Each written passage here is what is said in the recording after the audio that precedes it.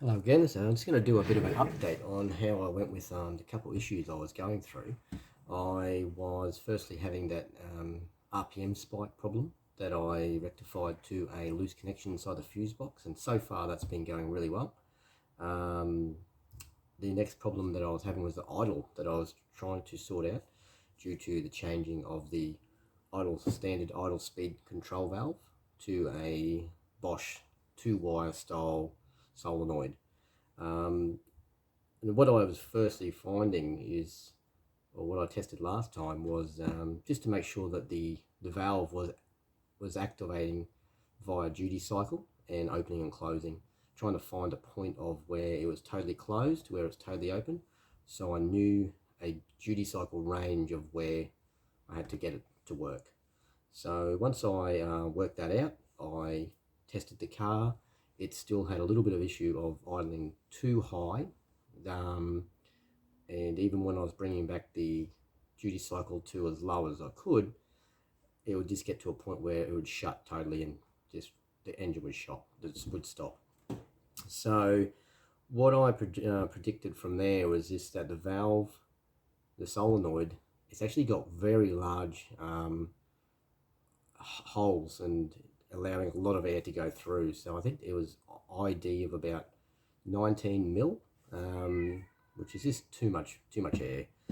As in, because how I fitted it is I've made a plate that actually essentially replaces the idle speed valve flange, but eliminates all this component inside here, and then allowed this cavity to be fully open.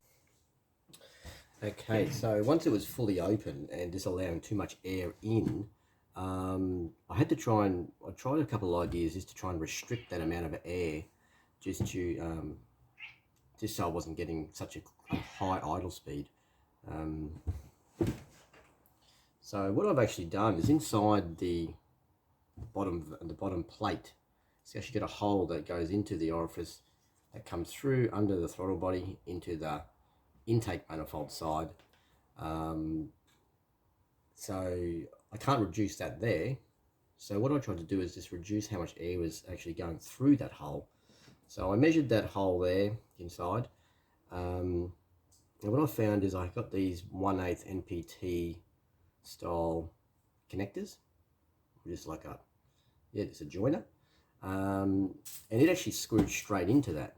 So I tried this one here, and it has a 5 mil ID, and I found with this one, when it was inside there, just restricting that amount of air, it actually would not idle high enough for my cold start. So when it was hot, I could get it to work not too bad, but my cold start definitely, it was just restricting the amount of air.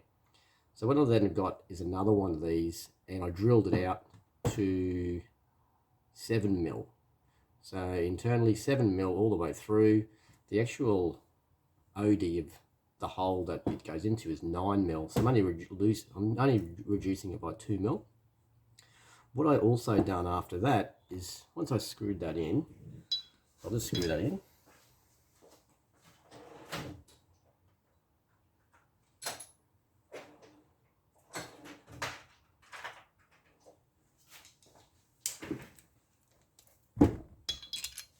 So I'll just screw it in. I thought there was still a little bit of excess, just area or air floating around this device here. So I still want to minimize that as well. So what I ended up doing is making an insert out of some silicone hose, which essentially just made it closer to the exact ID that I needed for the hose coming from it to go through this valve. So after putting that back all together and retrying it, it actually come to work quite well. I can just get enough air on cold start to allow my duty cycle to be pretty much fully open, as high as it would go, and the engine would idle where I wanted it to at cold. So I think I was testing it from 5 degrees Celsius to 10 degrees Celsius. That's what temperature it is in Brisbane at the moment in the mornings, and it worked really fine. So that's probably as cold as we normally ever get, not too much colder than that, so that's pretty good. And then when it was hot, I adjusted it down to about 3-4% above where the fully closed value was for that solenoid, and I'm getting, you know, pretty good idling from there. So that was all in a closed loop. I mean, open loop. I had it in open loop because I essentially want to get it just the ECU to not put any disaffect what the engine was doing at idle, just all from the idle solenoid. And then from there, once I got it pretty close, is I then just activated the ignition idle control. So then I can just adjust and perfect it just with ignition timing.